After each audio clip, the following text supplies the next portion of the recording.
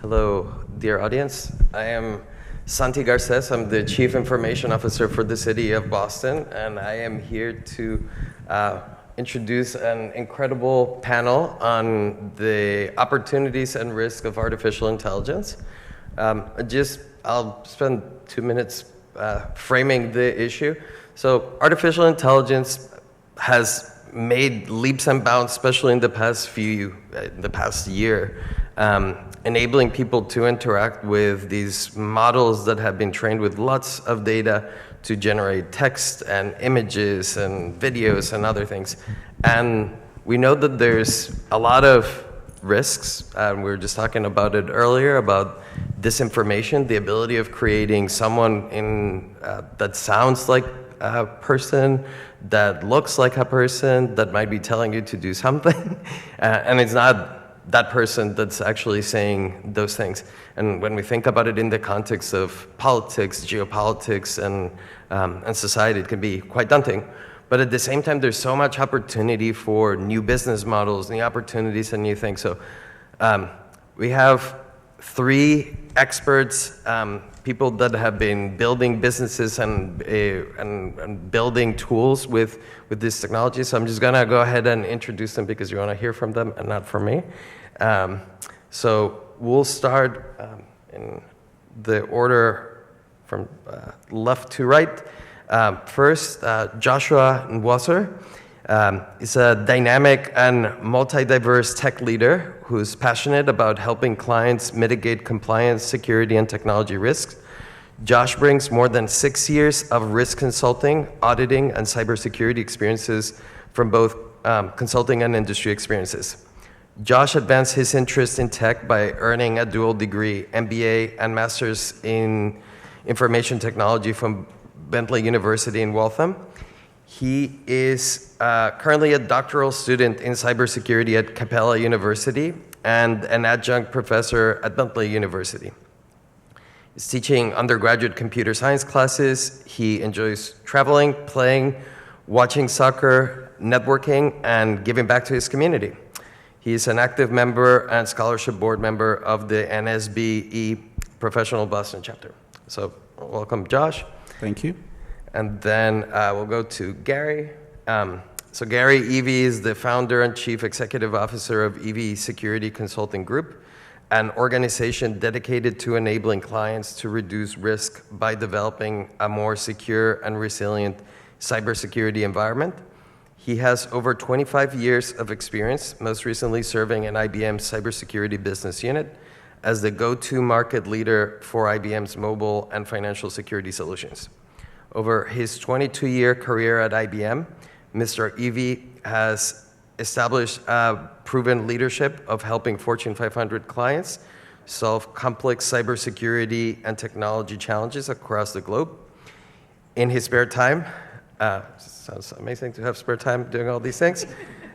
He has been a technology and cybersecurity advisor to a number of higher education institutions and was the creator of the very first cybersecurity and technology diversity conference in the Commonwealth of Massachusetts.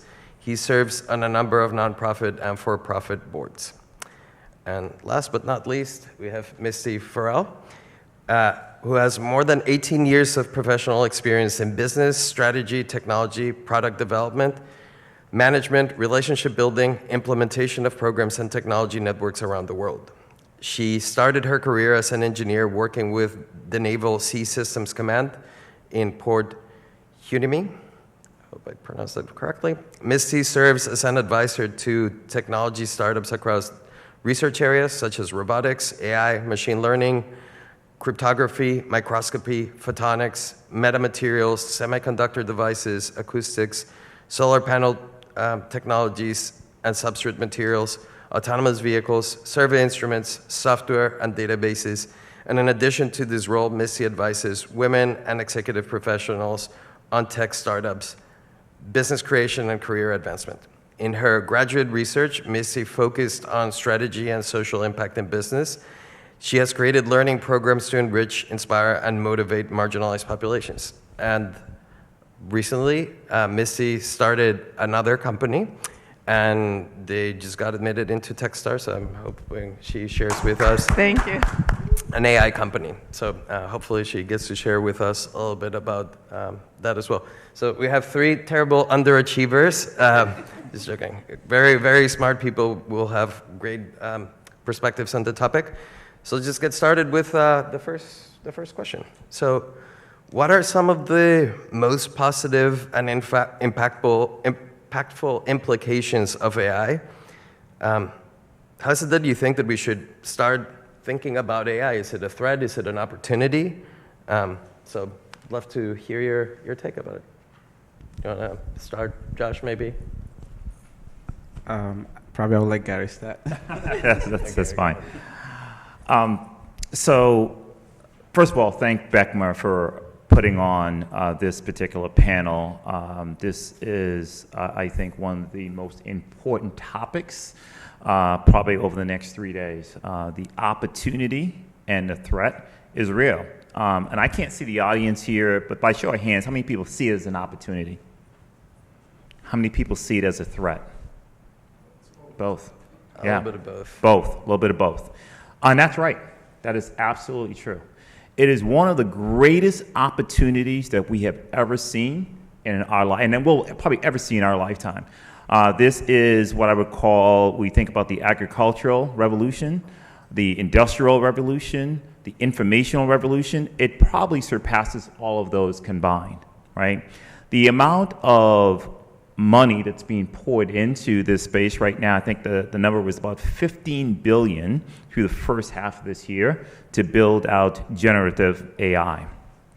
So as you've heard, I spent most of my career at IBM, and I started really early in the technology space. When I started, IBM had a machine called deep learning.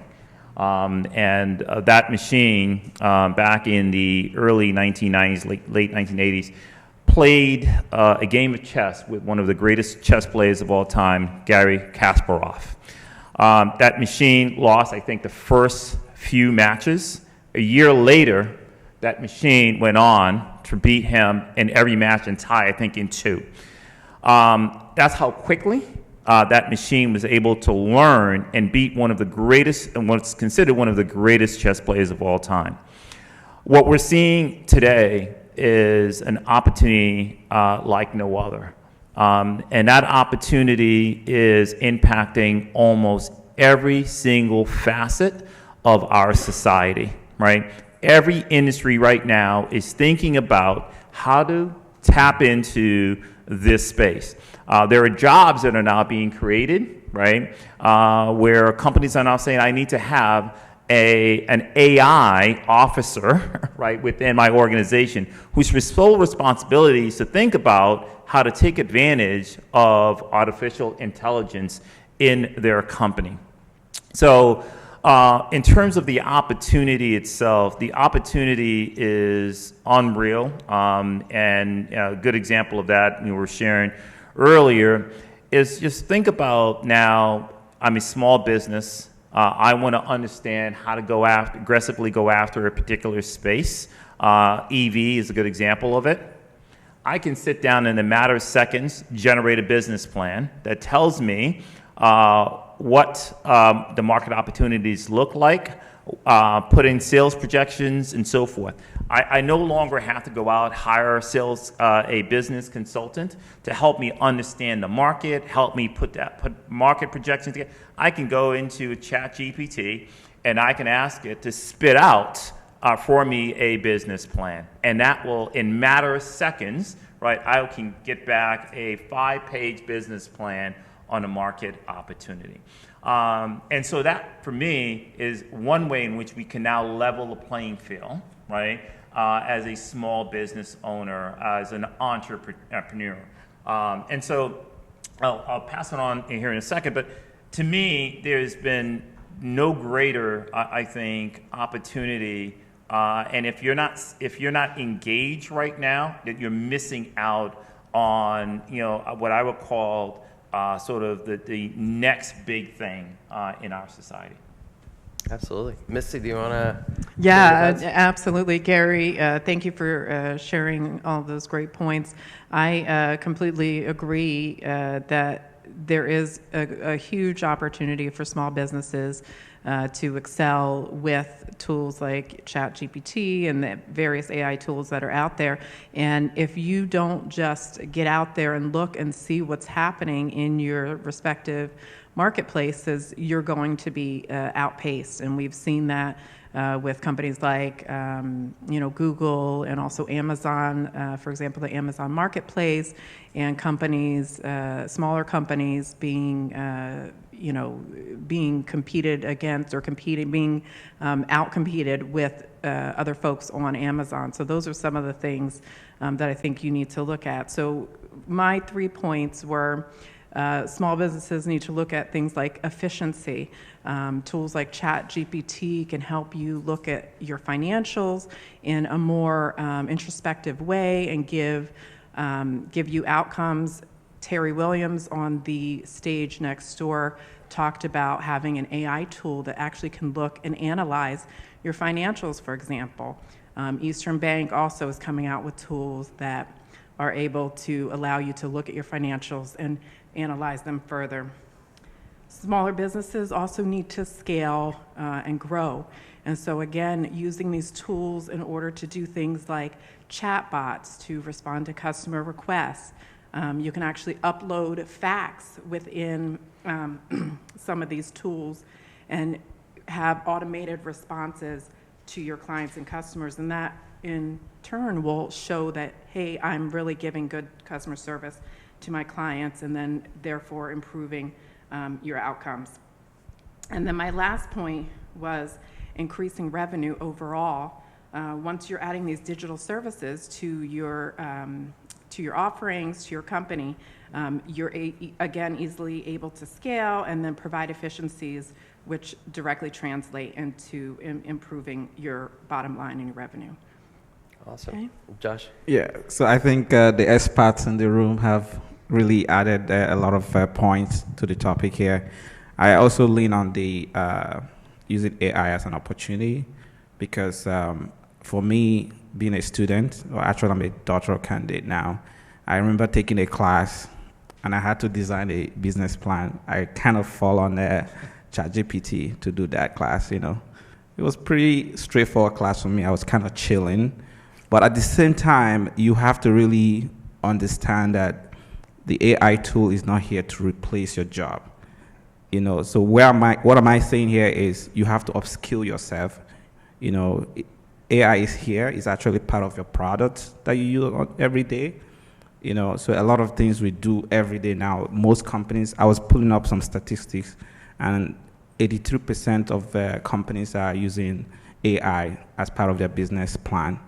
So companies are here to make money. They're here to solve problems. And till date, these companies rely on AI products. So it could be your Google suite. It could be any product you see today, most likely use AI. So why am I saying this is because, for an example, I'm also a adjunct professor, right? I teach at Bentley. I pretty much don't grade my assignments for my students. It's done through an AI-powered product. So yeah, it makes life easy. I don't even print papers these days. I don't carry papers around me. I just do everything digital. So, ChatGPT is one of the common tools that we are familiar with, but then there are other tools which, helps us to, kind of make things easier. It brings automation, brings innovation to our businesses, to our day-to-day lives. As someone who works professionally, even my company, we're using artificial intelligence a lot. So it's part of helping us to make things easier, faster, quicker, and make money. So I just wanted to add those perspectives there. So let me just add something that Josh just said, which is education. You're talking about using ChatGPT in your classroom, right? Formally. How we think about education going forward is going to need to change, right? Let's just put this in perspective. If you think about Elon Musk, I think Elon Musk has a IQ 150, Stephen Hawkins 155, 160, ChatGPT, right, 3.5 was at 150. That is going to be 10x, right, in the next several months. Now think about that for a second. 10x the IQ of Stephen Hawkins or Elon Musk, right? And so the ability for things like generative AI to be able to compute things and solve problems is going to be far greater than anybody coming out of Harvard Business School or MIT, right? So now we're talking about, okay, then upscaling. Well, what do I need to do in order to be able to understand how to use these types of technologies, right, for the benefit of my business and so forth? So, you think about the ability now to solve cancer, the ability now to solve things like hunger, the ability to solve things like the digital divide. Like all of those things now are possible, right, because of the introduction of things like generative AI. So the educational model in itself, that's, think about it as just one industry where you're just simply not going to be able to keep up, right? The ChatGPT passed the bar exam. So I'll give you a great example of how we're using it in our business. I actually, if I wanted to get a legal document put together, give me an NDA. Type in an NDA for a small business. I don't have to pay a lawyer $1,500 to tell me to put an NDA together, right? I can go ask ChatGPT, produce an NDA, review that NDA, right? And I've compared it to what I paid lawyers for. And in some cases, it's even better, right, than what the lawyers have produced for me. So these are the types of things that we're now, finding ourselves coming across. Yeah, and thank you, Gary, for that. I just was looking at some of the statistics there just to put this in perspective. According to Forbes, 64% of businesses expect AI to increase their productivity, and AI is expected to see an annual growth of 37% from 2023 to 2030. A quarter of companies are adopting AI because of labor shortages. Several industries are looking towards these tools in order to replace workers. And then according to the World Economic Forum, they're estimating that AI will create about 97 million jobs. So that's on the positive side, but there will be replacement of folks with these tools. But I think back to what Gary and Josh mentioned, you do need to look at your skills, upskilling your workforce, upskilling yourself. I think CEOs across these businesses need to understand, again, how competition in the field is using these tools to become more competitive, to differentiate themselves, and just become more efficient. So you do need to get involved. Simple way is just go on ChatGPT, integrate these tools into your web searches, create documentation. In my organization, we have not widely adopted it, and I would say mainly because people just aren't aware of its capabilities. And we were talking earlier about policies for using the tools. I know I work with some companies, they've banned it. But I think that's really out of fear because they don't understand it. So I think within your businesses, you can use it for marketing very easily. You can use it for communications.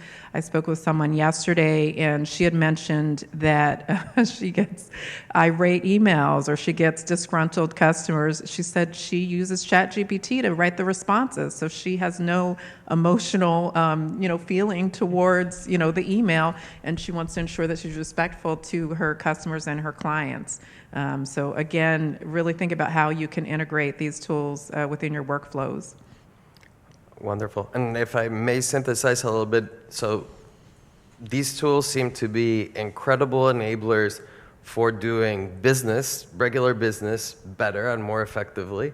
And I think that there's a study that was run on BCG consultants that showed that consultants that use ChatGPT and some of these tools, the lower performing consultants performed as well as the highest performing consultants just with the tools because it enabled them to communicate better, do analysis faster.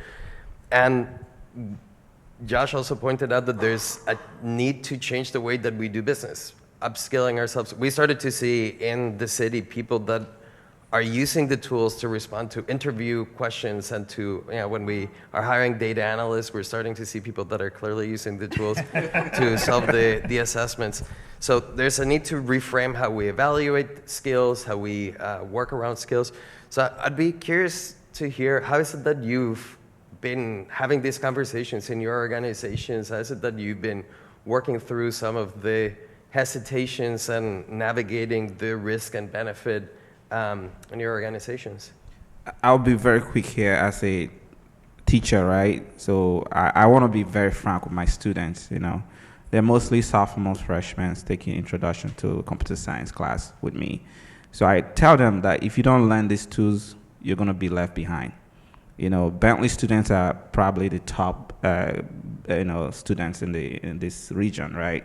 Even in the U.S. And a lot of Bentley students are the hottest, candidates or employees that we see in the local market here. So I always tell them, use it to your advantage. But again, if you are using it to cheat on my exam, you're cheating yourself. So I come off very frank with them.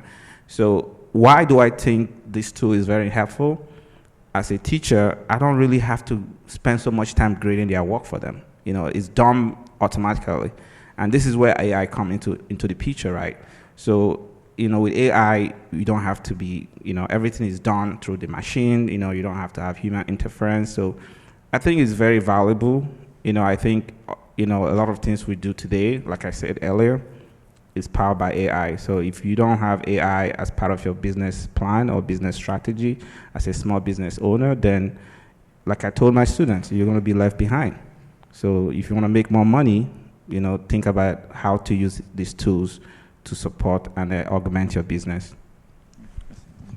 Yeah, so on the academic piece also, I know that professors are now looking at documents and papers that are being handed in and actually using tools, the AI tools themselves, to check to see if people are plagiarizing documents and things of that nature. So I had a couple applications, and I'll maybe finish up with a little bit more. But Grammarly is a really great tool that's out there that can look at documents and see whether they're plagiarized. And this is just an academic setting. And so, if you are using these tools to, I guess, it's not necessarily to do the work, it's really to excel what you already have, right? It's an additive to your existing workflow. Some of the other things that I'm looking at recommending for small businesses is, again, scheduling, marketing, text, and copy. You can have AI do video scripts. I know a lot of people are now trying to create content, and so it's a very laborious process. What you can do is use ChatGPT in order to create the scripts, and you can just do boom, boom, boom, 5 videos in a day, because now you've used ChatGPT just to assist you with creating that content. There also are more intensive tools, and some of those tools actually do editing and snipping of the videos for your content. You can post them to Twitter, your various feeds on Facebook, so on and so forth. And I'll just kind of quickly go down a list of some of the tools that I've seen, again, using AI. So Tome AI, that's a tool that generates PowerPoint presentations. You want to do a PowerPoint presentation, you feed the information into Tome, and it'll create it for you. HubSpot and Zendesk, those are for customer support and customer engagement. HubSpot is a well-known customer management system, and so you can have a free version there. Very helpful in managing your customer and clients and looking at your deal flow. ClickFunnels is another tool for engagement with customers. You can use that in order to create things that filter back to your business. So, for example, you have maybe a class that you want to take, and it's really an engagement, a way that you engage clients in order to get customers for your other tools. Fireflies, that's a really powerful tool to use in meetings. You invite this tool to your meetings, it automatically creates a transcript of that meeting and takes notes so that you can refer back to it and remember what your team talked about. And then again, banking and financials on the main stage. Terry Williams had talked about that they are using now AI. Your banks are now using AI tools so you can look at your financials. I just saw a tool from Eastern Bank. So there's a lot of things out there that you can use within your business in order to engage with your customers, create great customer service, and then just become more efficient, scale better. I know a lot of people are having shortages of labor and shortages of workers. Think about the tools that you can use in order to just scale your business and then focus on the things that are really building it up further. Yeah, that's terrific. And there's a reason why I wanted Miss to go, because I knew she'd have a list of just really terrific AI solutions that I think I encourage all of you to leverage along the way. But I'm also sort of a cybersecurity, and I also think about the threat, right, that exists with AI. And so as you use these tools, I would encourage you and use AI to use it responsibly, right? Because you asked a question in terms of how do we use it? We use it every day to really stop bad actors, right, from being able to get access to your financial information. We use it every day, right, to determine where threats are coming from, right? And so you think of now a world, some of the tools that Misty just mentioned, a world where deep fakes are real, right? They're real. You can get up one morning, look at your phone, you've got a national alert, right, that says that the U.S. is under attack or some catastrophic, and it's, click here to get further instructions. Well, all of that could be generated, right, through generative AI. Barack Obama's voice was used, right, to generate fake videos, his Twitter account, other things. So there's a whole host, right, of it's one of the things that's just really important for us to understand is that there's good and there's bad. There's also a dark side of AI as well. And if we're not careful about how we're using AI and what information we feed into these machines, we can find ourselves on the other side where we become somewhat extinct. And I'm not trying to get sci-fi in anyone here, right? So this is not a talk about the Terminator or the world is going to disappear in the next 10 years. All I'm simply saying is that we need to understand that as we're utilizing it, we're putting information, and that information can then be turned and used against us, right, in the future. And so from that perspective, just wanted to just kind of... Thank you for bringing that up, Gary. And I think one other point that I wanted to add too was bias. We had mentioned that. Yes. Bias in the information. So a lot of these systems are being built without, engineers of color, people of color, or data of color. So, but yet these decisions are being made by AI and various systems that may be related to you getting a loan or you getting car insurance or you doing something in the real world, and it just doesn't have a context of you as a person. So that's another reason for you to be aware of these systems and ensuring that you just are, hey, I really want to understand what's going on here. If maybe I'm getting a negative response in some of these business places where I'm operating, let me look behind and see, behind the curtain, so to speak, and really understand, what's this based on? How is this information being developed, and how is it being taken and used, and really enabling yourself through education. Yeah, 'cause that's a really important point because this is not a regulated space at all, right? This is the Wild Wild West, right? It's game on, which is, to Misty's point, why everyone should be very interested in what's happening in this particular space. And so you think about programming and how we program these models and these algorithms, all of that. Imagine if that was just being done by white men. Right? And now I hand that off to my local police department, right? And that algorithm basically says, anyone that does not meet a particular shade of color, view as being suspicious, right? That's all programmed. That's all, right? And so that technology is very much real, and it's part of the reason why you see there is, in a number of cities, a reluctance, right, to adopt AI and the law enforcement arena. And to that point, there are two examples. One is the researcher out of MIT. She had mentioned that autonomous vehicles can't see people of color because they have not been trained on those images, right? Right. And so that's a big issue.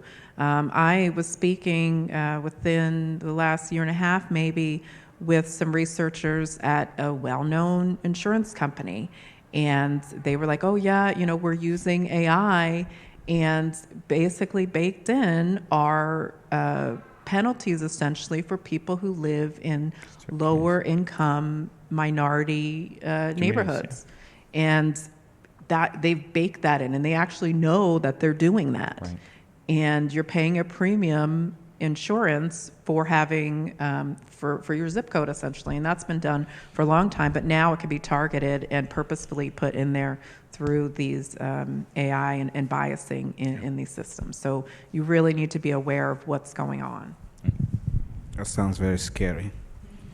I think to all your points, ethics is very important when we talk about AI. So we should have accountability, responsibility. The AI you're using, like I mentioned earlier, if you're in the academic world, you have ChatGPT to your disposal. You go in there, you type in your assignment. I mean, I'm teaching a computer science class, which doesn't require a lot of writing, more like logic, algorithm. So you go in there and you type in your assignment, your paper, and you submit that paper.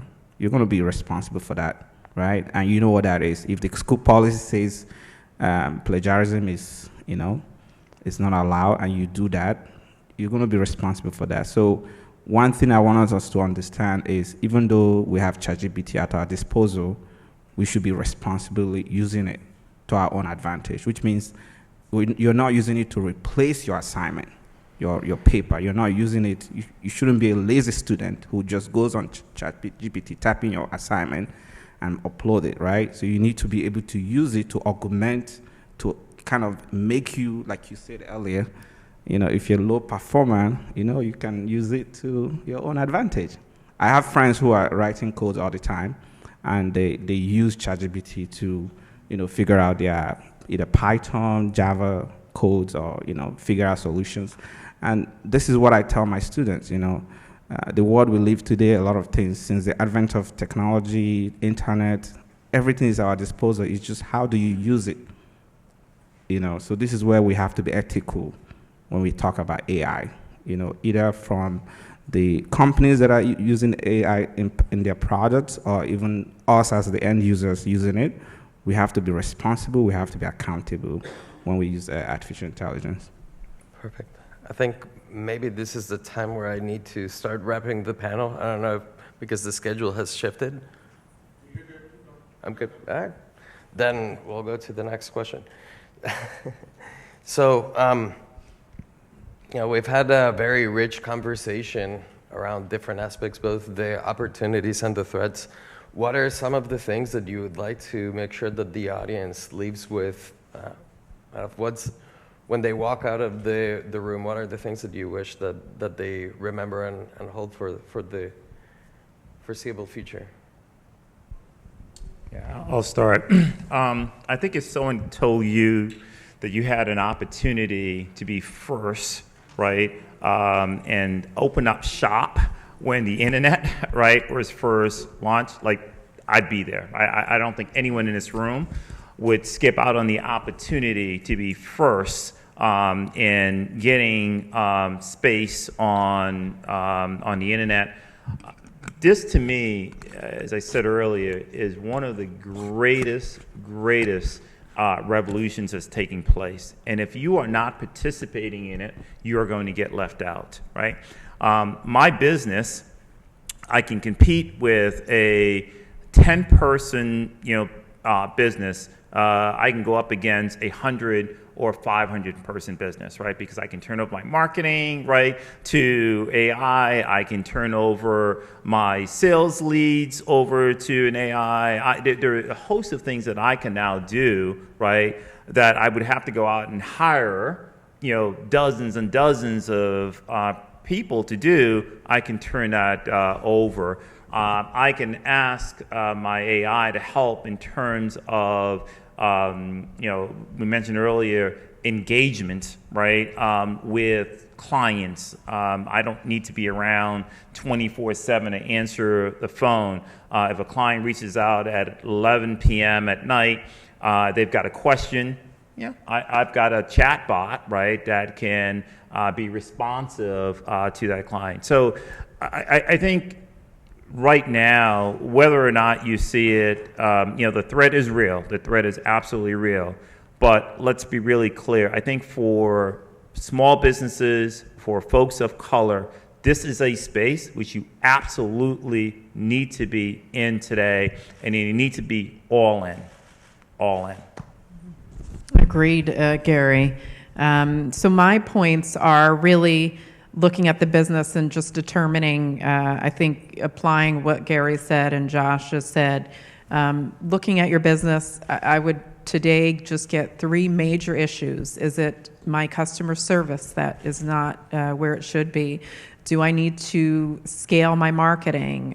Do I need to look at my financials? Maybe, get with my bank, as, Terry had mentioned, they have the AI tool. Like, what are your 3 major issues? I would get a list right now, look at that, and then say, okay, what tools are available for me to apply them to increase efficiency, to improve the scaling of my business. Maybe I had to let people go, or I'm looking for employees. And then lastly, again, increasing your revenues over time. So I just would get that list, apply a methodology, be regimented in it, say these are the things I want to do when I want to grow. And get out there and try the tools. The other thing is, hey, you're like, I don't know what I want to start with today. Just get into ChatGPT, go online, look at it, use Bard and some of the other tools that are out there, and just experience them, because you definitely will be left behind, as Gary mentioned. Josh? Yeah. In addition to that, it's part of our upskilling journey. So you need to upskill yourself. And if your company is talking about it, be in the front seat, take your training, play around ChatGPT. I mean, anything you want to do right now, if you don't Google it, ChatGPT it, But again, use it to your advantage, not to your disadvantage. That's one thing I will mention. Okay. So I have about 10 more minutes, so I'll ask one more question, then I'll wrap up. So a couple of weeks ago in Washington, there's some conversations with these technology companies and legislators. And one of the themes appeared to be that some of the technologists were starting to talk about these technologies as almost like chemicals and biochemicals, that they need to be regulated, and only a few people should be able to produce and ship and distribute these models. And on the other hand, we've talked about is precisely kind of that self-regulatory role that these companies are playing for the time being, that sometimes is the only thing that's preventing the models from putting out things that are biased, racist, gendered. So I'd love to hear a little bit about, we're entering this really nerve-wracking time where some of these regulations and some of that discourse about the access to the tools, the access to the wealth that could come from creating these tools, and then also like all of the, how do we control the harms and terrible things that can come from the misuse of the tool. So I'd just love to hear, how do you think that we should be working on navigating that and interacting with legislators and with regulators and with some of these companies? Yeah, I'll start. So I think of this, terrific question, but I think of this almost like the atomic bomb, right? We're sort of in that age, right? And there's a race, right, to see who can actually build the first atomic bomb. But you get to the first atomic bomb, then it says who's the first to actually use, right, the first bomb. And whoever uses the first bomb essentially controls a great portion of, the world stage. And that's kind of what we're seeing. There's this race, right? There's a reason why $15 billion is being spent just in the first half of this year on generative AI. It is not a regulated, as we talked about, space today. You have to put some guardrails in place. And so the thought process here really is that if I can, be the first, right, to develop that technology, right, and own that technology, I control the wealth, I control the power, I control what happens on the world stage. And that's kind of what you're seeing being played out right now, right? And which is why we've got to be in that conversation, right? Because you need to understand that this isn't just simply about entertainment, ChatGPT and other things, right? This is also about, how do you actually create technology that's going to build the businesses of the future, the wealth of the future, and control, right, almost every facet of our lives. And that's what's being played out. And so I want to regulate it. I keep it in the hands of a few, in the same way that, the atomic bomb, right, nuclear weapons, right, isn't in the hands of every country in the world, right? We say it's, we've got a couple of superpowers, and then you've got countries like North Korea and others, right, that have developed, are looking to develop weapons of mass destruction. It's the same thing that's being played out here as well, right? And so, I'd love to see us find ways, right, in which to regulate, but it's really going to come from us, right, who say, okay, these are the things that are acceptable, these are the things that are unacceptable, back to the sort of the ethical discussion. Yeah, I completely agree with that, Gary. There are some organizations that are working towards like a code of conduct or policies for use of AI, but I think organizations for now are going to self-regulate. I think if you're working in your organization and you want to start using the tools, put policies in place. I know organizations that are like, we can't use it. So, for example, in the legal space, a lot of law firms that I've spoken with have said, we're not going to use it. So I think starting out, just at least you within your organizations, within your company, you could put policies out there. But I think at the end of the day, people need to be incentivized to do the right thing, and I think policy is the way to do that. Unfortunately, because you can't trust in people to always make the right decision, right? So that's my that's my opinion. Absolutely. Josh, do you want to weigh in? Yeah, I would say, to add to what Misty and Gary said, the compliance, every company has a compliance unit. So ChatGPT, all the AI tools should be able to comply to applicable laws and regulations. And one big concern, I think, is privacy, right? So, ChatGPT should not encroach on privacy. So if that's the case, then as the U.S. is doing their politics there, I think of the U.S. as a capitalist economy. So regardless of who is racing or who wants to be the next Mark Zuckerberg, U.S. is always going to make it, as a priority for companies to be able to apply it and use it. So, but again, internally, if you're working for a company, think about the compliance, think about, like I said earlier, use it to your advantage, not to your own disadvantage. Anything you're doing with these tools, you have to make sure you're not breaking, existing laws and regulations. Wonderful. All right, I'll wrap up because I think that now we're truly getting against time. foremost, I just want to thank the panelists for letting me have the honor of moderating the panel. I think that it's been an amazing conversation. And just to synthesize again, it seems the benefits for businesses and for professionals of using these tools are really clear. If you start using these tools, it could be really helpful. It can save you time, it can save you money, it can enhance the types of things that you're doing. And we also have talked about this really momentous questions around bias, around the ethics of the usage, the potential misuse of the tools for disinformation. I think that when we look at the Writers Guild and the Actors Guild, the strikes partially driven by their concerns of the use of AI to take them away from their ability of making their livelihood. So if nothing else, I think that we all agreed that AI is the thing of the moment that we should all be thinking about engaging not only in its uses, but also as citizens and people that can participate in the discussion of how it's going to be regulated and how we're going to shape the future. And I'll just say, as the CIO of the city of Boston, we've put together some guidelines. They might not apply specifically for your business, but they're on our website. And if you wanted to take a look at those, if you go to boston.gov, you can find our AI guidelines. But let's thank the panel for an amazing conversation.